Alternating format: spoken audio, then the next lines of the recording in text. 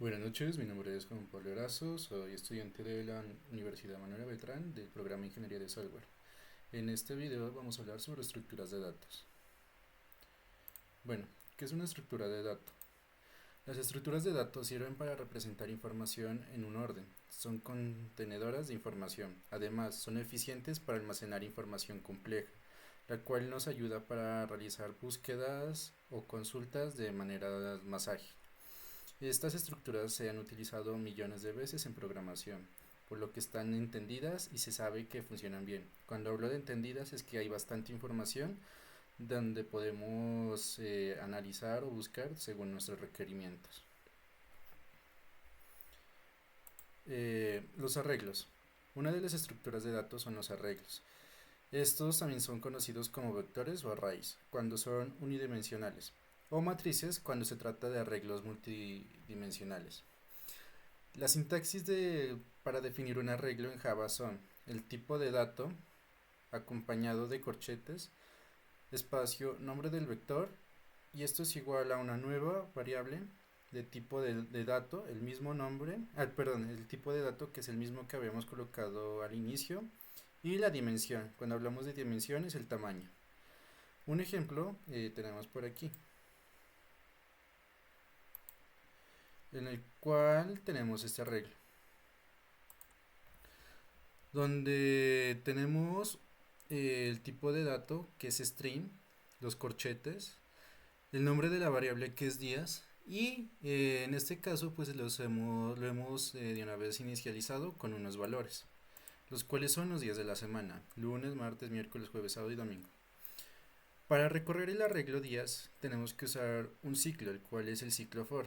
En este caso puede ser un while o un do while, en el cual tenemos pues normalmente la sintaxis que inicializamos una variable de tipo entero, se llama i, es igual a 0 y va a ser menor al tamaño del arreglo, en este caso son 5. Se lo recorre sumándole ahí cada vez se le va sumando un ciclo hasta llegar a la cantidad que sería 5. Y se está usando System Out Print, que es para imprimir en consola. ¿Y qué vamos a imprimir? Los días. ¿En qué? En la posición i. Entonces, para ahí en la posición 0 va a ser lunes, en la posición 1 va a ser martes, en la posición 3 va a ser miércoles y así sucesivamente.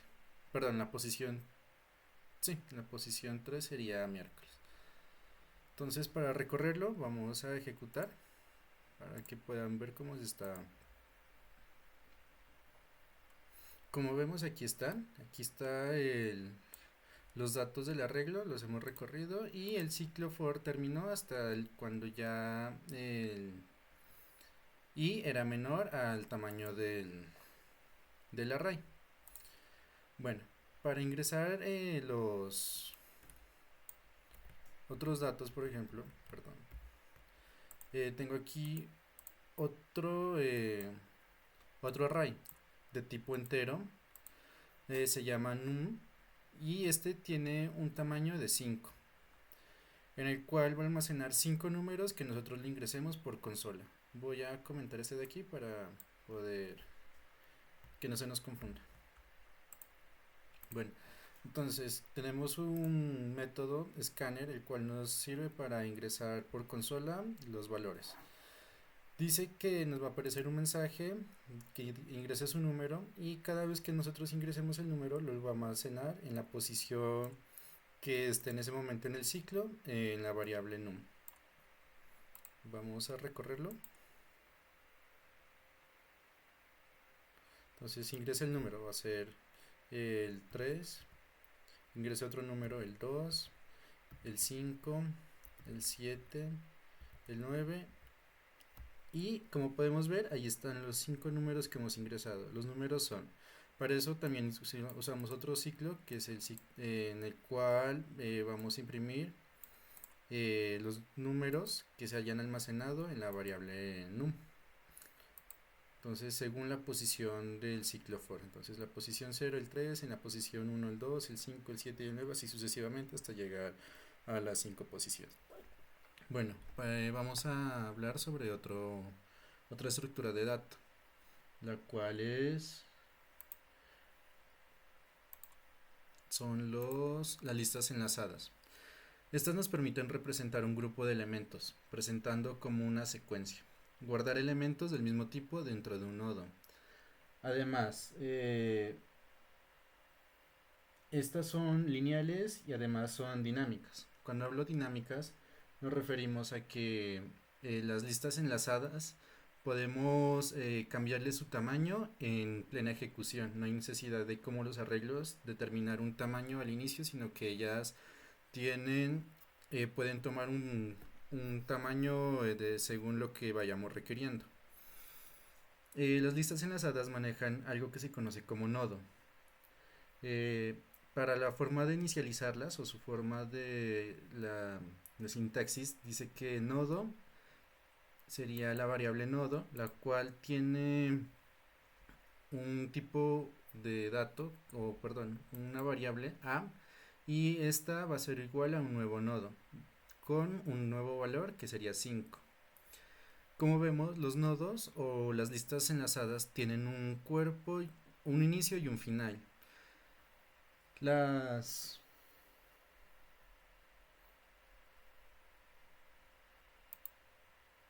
Bueno, cada lista o cada nodo se conecta a través de un enlace y hacia el otro nodo.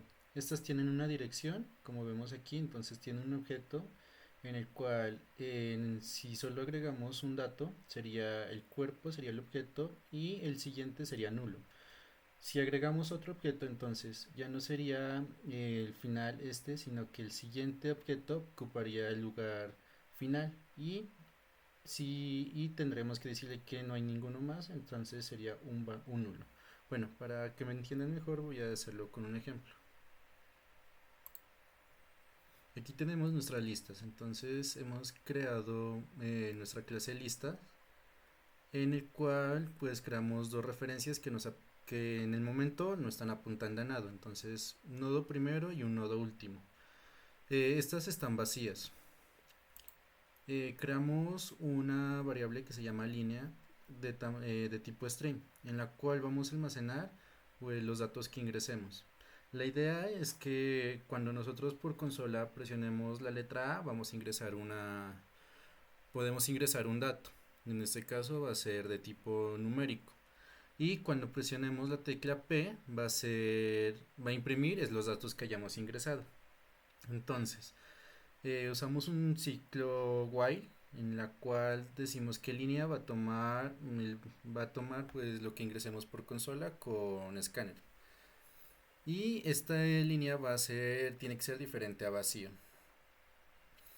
Creamos una variable char llamada c, en la cual nos va a tomar el primer valor o primer carácter que ingresamos para determinar si es A o es P. Según eso podemos agregar o imprimir. Entonces, si dado el caso de que nosotros ingresemos la letra A en el principio, vamos a realizar lo siguiente. Vamos a almacenar en una variable de tipo entero una nueva línea o un nuevo split que hemos realizado aquí. Entonces, para eso hemos hecho un casteo para decirle que como estamos ingresando de tipo texto, lo vamos a pasar a almacenar en un tipo entero. Tenemos que hacer un casteo que se hace con integer, colocándole antes del valor ingresado. Eh, Siguiendo esto, tenemos que línea, hacemos un split para que vamos a colocar un espacio y luego el valor del primer carácter que ingresemos después del espacio. Cuando él ya haya hecho esto, va a almacenar en un nodo, nuestro primer nodo, el nuevo valor en el del nodo, y va a decirle que el siguiente nodo va a ser vacío, para que así él tome el valor de la cabeza y sea también el valor final. Agregamos este nodo a la lista, pero pues verificamos si está vacío o ya tiene elementos. Entonces, vamos a ver si el primero está vacío y el último está en vacío. Entonces, el primer nodo va a ser nuevo y el último nodo va a ser el mismo valor de nuevo, para decir que solo hay un nodo. En cambio, Si ya hemos ingresado un nodo, vamos a decirle que a último le vamos a agregar un nuevo nodo y que ese será el último nuevo nodo que hayamos ingresado. Y ahora sí, bueno, ese es para cuando ya estemos ingresando los nodos en las listas. Y cuando vayamos a imprimirlos, usamos el siguiente ciclo. Entonces, usamos un condicional if para verificar que si ingresamos la letra P al inicio, este nos va a imprimir todo lo que esté dentro de los nodos. Creamos una variable nodo temporal igual a primero, para que inicie desde el primer lugar y pues se recorra hasta terminar todo lo que hayamos almacenado en nuestra lista. Usamos un ciclo while donde decimos que la variable temporal tiene que ser diferente a vacío para poder inicializarse y poder terminar también. Y usamos pues system.out.print, que es para imprimir en consola. Decimos que en la variable temp vamos a imprimir el valor de num y un espacio para poder separarlos. Además decimos que la variable temp va a tomar el valor temporal del nodo siguiente. Si el nodo siguiente es igual a vacío, entonces el ciclo while terminará. Bueno, vamos a recorrerlo. Listo, entonces aquí vamos a ingresar a espacio un número 5, a espacio el número 9, a espacio el número 3. Vamos a imprimir esos tres, entonces P espacio, perdón, P nomás y Enter, nos imprime de una vez los valores 593 que ya tenemos en nuestra lista. Como vemos, el primer nodo es 5, el segundo nodo es 9 y el tercer nodo es 3. Como les decía, las listas son dinámicas, podemos seguir continuando. Entonces, supongamos que yo quiero agregar otro nodo a espacio 6. Perdón, aquí le presioné enter donde no era. Entonces, ¿cómo llevamos? A espacio 5, listo. A espacio 5, a espacio 3, a enter, a espacio 6. Imprimimos para demostrarles que están ahí. Vamos a agregar otro valor a la lista, por ejemplo a espacio 7, a espacio 1 y volvemos a imprimirlo. Entonces la lista se supone que nos va a imprimir el nodo 1, que sería 5, el nodo 2 3, el nodo 3 6, el nodo 4 7 y el nodo 5 1. Vamos a verificar. Aquí están. Entonces las listas son dinámicas, la cual no tiene un tamaño de memoria fija. Él va tomando memoria según nosotros vayamos utilizando o vayamos requiriendo. Bueno, otra estructura de datos es la estructura de datos árbol. También conocido como árbol binario, conformado por una raíz. Como vemos en la imagen, este tiene nodos que nacen a partir de esa raíz. Y cada nodo puede tener máximo dos hijos. Entonces la raíz, como vemos, tiene dos hijos, la hoja 1 y la hoja 2. La hoja 1 tiene otros dos hijos que son subhoja 1 y subhoja 2, y hoja 2 tiene subhoja 3 y subhoja 4. Porque los árboles no son lineales. Además, son muy buenos para realizar búsquedas y son ordenados. Aquí tenemos un ejemplo de un árbol que hemos creado. Bueno, para crear el árbol primero pues hemos creado una clase llamada nodo. Perdón, aquí está. Hemos creado una clase llamada nodo, la cual tiene unos atributos que son nodo padre, nodo derecha y nodo izquierda. Como vemos en la imagen, tiene la raíz tiene dos hijos, ¿no? Entonces un hijo a la derecha y un hijo a la izquierda. Cada atributo, para identificarlo, tenemos una llave que se conoce como el índice del nodo. Esta es de tipo entero. El contenido hemos creado otra variable de contenido o otro atributo que se llama contenido. Lo hemos denominado object porque puede almacenar cualquier dato, puede ser enteros, cadenas, eh, tipos de datos como char, y esta se llama contenido. Para poder usar esta clase, hemos creado un método constructor, el cual es un método nodo, el cual recibe un índice de tipo entero y hemos inicializado solo el atributo llave que recibe la variable índice. Los demás todos están como vacíos. Después de esto creamos una variable global que se llama raíz, que sería la cabeza de todo el árbol, y de ahí continuamos. Creamos un constructor del árbol que donde raíz va a ser igual a vacío.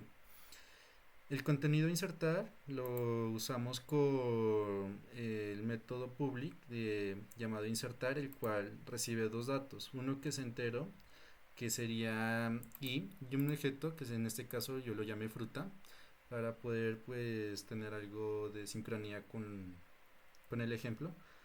Y iniciamos. Para el nodo n lo inicializamos con un nodo de tipo entero que le vamos a almacenar en ese momento, le vamos a mandar nosotros, y al nodo contenido le vamos a asignar el valor de fruta que le mandemos a través de la consola. Validamos que si el valor del árbol es vacío. Si esto es así, entonces a raíz le vamos a almacenar el nodo. Si no, tenemos que buscar un nodo que esté libre, puede ser a la derecha o a la izquierda del árbol. Para realizar eso decimos que el nodo vamos a crearle una variable auxiliar y le vamos a almacenar lo del valor raíz. Mientras el auxiliar sea diferente de nulo, entonces el nodo padre va a ser igual a auxiliar. Si la llave, o sea, si la llave es mayor o igual el nodo llave es mayor o igual a la variable auxiliar llave, entonces va a tomar el lado derecho. Si no, si el nodo llave es menor, entonces decimos que va a tomar el lado izquierdo. Para enlazar el nodo, para que vaya en una forma, pues desde su nodo padre al nodo hijo, entonces tenemos que usar el siguiente condicional, donde dice que el nodo llave va a ser menor al nodo padre en la posición llave.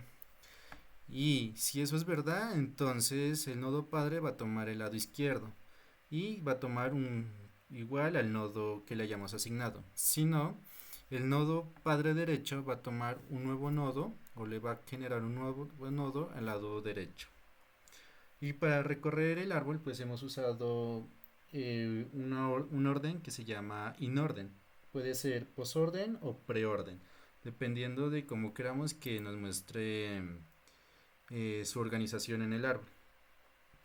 Para eso hemos creado el método recorrer con un nodo llamado n, el cual n o el nodo tiene que ser diferente a vacío, y lo vamos a recorrer primero desde la izquierda. Tomamos el valor de la llave para conocer que la fruta y en qué nodo está, para eso usamos el contenido. Entonces, según eso, seguimos con el nodo derecho. Bueno, vamos a ver el ejemplo. Hemos creado una clase main para poder recorrer el árbol. Perdón. Aquí inicializamos el árbol. Entonces traemos la clase árbol y a árbol le vamos a insertar y que sería la posición. Fruta es lo que va a almacenar en esa posición, el valor. Y así normalmente hasta pues los 4 árboles que vamos a crear. Las 4 ramas, perdón, dentro del mismo árbol. Para recorrerlo, entonces decimos que árbol va a ser igual a la raíz. Vamos a mostrarles. Y aquí está, índice 1 le pertenece a fruta uva, el índice 4 a la fruta naranja, índice 7 a la pera y el índice 8 a manzana. Si lo queremos recorrer al contrario, de derecha a izquierda, entonces vamos a árbol y le cambiamos aquí nomás, de derecha a izquierda. Vamos a main y otra vez lo recorremos. Como ven, se ha invertido el orden, entonces lo está recorriendo que nuestra primera de derecha sería 8, luego sigue el 7, 4 y 1, sería manzana, pera, naranja y uva. Y por último tenemos nuestras tablas H, que es otra estructura de datos.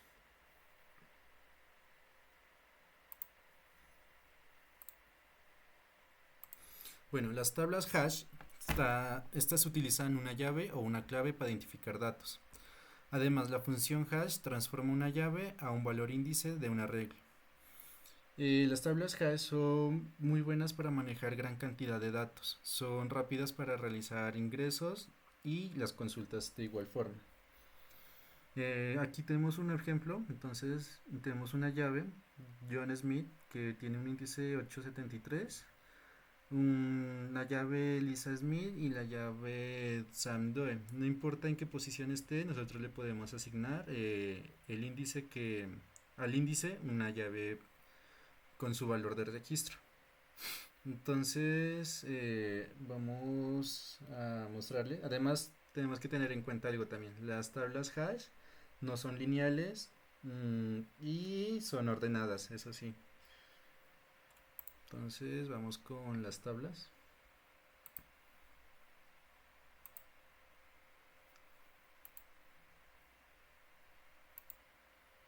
Bueno, aquí está nuestra tabla hash. Para primero, pues tenemos que inicializar nuestra tabla que se va a llamar contenedor. Usamos unos métodos ya preestablecidos en Java que se llaman hashtable y vamos a insertar unos datos. Para eso estamos usando el método put y esos datos pues los vamos a almacenar dentro de contenedor. Nuestro dato principal, o sea, nuestra llave, en este caso sería eh, nuestra clave, perdón, sería 101 y nuestro contenido sería Harry. En el siguiente caso, la clave es 102, el contenido es Thor, clave 103, contenido Iron Man y en la clave 104, contenido Halo. Una vez que hayamos pues ya creado nuestra tabla o ya hemos ingresado nuestros valores, automáticamente HashTable los convierte, eh, toma el primer lado o el primer dato que hayamos ingresado como un valor clave y el segundo como el contenido. Entonces, para imprimir el valor según la clave, por ejemplo, la clave 103 tendría que imprimirnos Iron Man, en la clave 101 nos tocaría que nos imprima el dato Harry y así sucesivamente. Pero además de esto, tenemos que decirle que a nuestra tabla hash le vamos a necesitar un método get, el cual nos toma el valor de 103. Para recorrer el contenido de la tabla usaremos enumeration. Enumeration ya es pues un método también dentro de Java, el cual nos permite mostrar los contenidos de las tablas hash. Entonces para eso decimos que mientras enumeration tome hasta que, o sea, el ciclo while se va a recorrer hasta que tome todos los datos dentro de la tabla hash o los elementos que se encuentran dentro de la tabla de la hash. Para eso usamos, para imprimir en consola, hemos colocado un valor, un texto, a hash table valores y le adicionamos el método de numeración, nuestra variable numeración, más el elemento siguiente hasta que termine pues, de recorrer toda la tabla. Y si queremos conocer las claves, por ejemplo las claves sería 101, 102, 103, usamos contenedor.case, igual con enumeration. Sino que la diferencia está en que aquí nos muestra los elementos y aquí nos muestra las llaves. Mientras usamos el mismo ciclo while, llaves tenga pues la cantidad de elementos, entonces va a imprimir dentro de consola las hash table llaves y llaves le decimos que va a recorrerse hasta que con el elemento siguiente. Para eso vamos a correrlo, entonces aquí está nuestra tabla hash y como ven eh, los, los datos que nosotros ingresamos se nos están mostrando aquí con el orden que nosotros solicitamos en esta parte. Luego nos va a mostrar de forma ordenada los elementos de la tabla hash y por último hemos solicitado que nos muestre las llaves de cada de la tabla, entonces la llave 104, 103, 102, 101 que nosotros los hayamos organizado en esta parte. Como podemos ver, nos las muestra de forma ascendente, entonces, perdón, de forma descendente. Sería 104, 103, 102, 101. Si yo, por ejemplo, le coloco aquí un 105, la primera llave en mostrar una nueva sería la 105. Bueno, continuando con las estructuras de datos, tenemos también algo que se llama ¿para qué son buenas? Entonces, pues el uso de las estructuras de datos son herramientas que podemos usar para resolver problemas complejos, manteniendo nuestro código relativamente sencillo y probablemente también haga nuestro código más rápido. Pero hay que entender a fondo para saber cuánto sabemos usar una vez contra otra, tal y como lo vimos en los ejemplos. Por ejemplo, cuando son datos pequeños, podríamos usar nuestros arrays. Cuando no sabemos el tamaño de los campos que vayamos a ingresar, entonces podemos hacer las listas. Cuando queramos realizar búsquedas ágiles, podemos usar los árboles. Y cuando queramos pues realizar datos, o sea, insertar datos de forma muy rápida, podemos usar nuestras tablas hash. Dependiendo de eso, pues tenemos que ver qué es lo que necesitamos y de cómo debemos usarlas. Otro tema son los apuntadores. Los apuntadores son aquellos que toman la dirección de una variable. También más que todo, se usan para programas o lenguajes que tengan contacto con la memoria. Pueden ser, estos también se los conoce como punteros. Además, es una variable que posee una dirección de memoria que corresponde a un dato o a una variable que contiene el dato. La declaración de un puntero es de la siguiente manera. El tipo de dato asociado de un asterisco, que es hacia donde se toma la dirección, eso indica, más el nombre del apuntador. Y algunos ejemplos, por ejemplo, de declaraciones son enteros. El ejemplo sería el tipo de dato entero, hacia dónde está apuntando y el contenido, el nombre del apuntador. Si de tipo float, igual el asterisco res, también char asterisco bandera y char asterisco mensaje. Algunos, pues esto no lo manejan todos los lenguajes. Algunos lenguajes son nomás los que tienen la opción de manejar apuntadores. Por ejemplo, entre los lenguajes más conocidos están Ada, que sí tiene opción de apuntadores, Basic, C++, y C, que también, o sea, estos son los que manejan como en sí la mayor cantidad de apuntadores, porque o sea, tienen acceso a la memoria de la máquina donde se esté ejecutando el programa. Xenum sí se puede, pero ellos manejan unos permisos estilo root en Linux, entonces toca pues mirar muy bien su documentación para poderlos usarlos. COBOL, sí, PLI, sí, D, que este se deriva de C y C++, también por ende usa punteros. Eiffel, sí, Fortran, sí, Go, sí, y lenguajes como Java no usa apuntadores, ya que este está más orientado a objetos.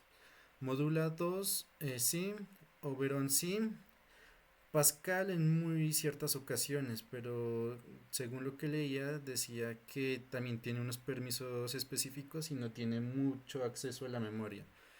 Pauscalzi y Perl C. Bueno, espero que les haya servido esta información.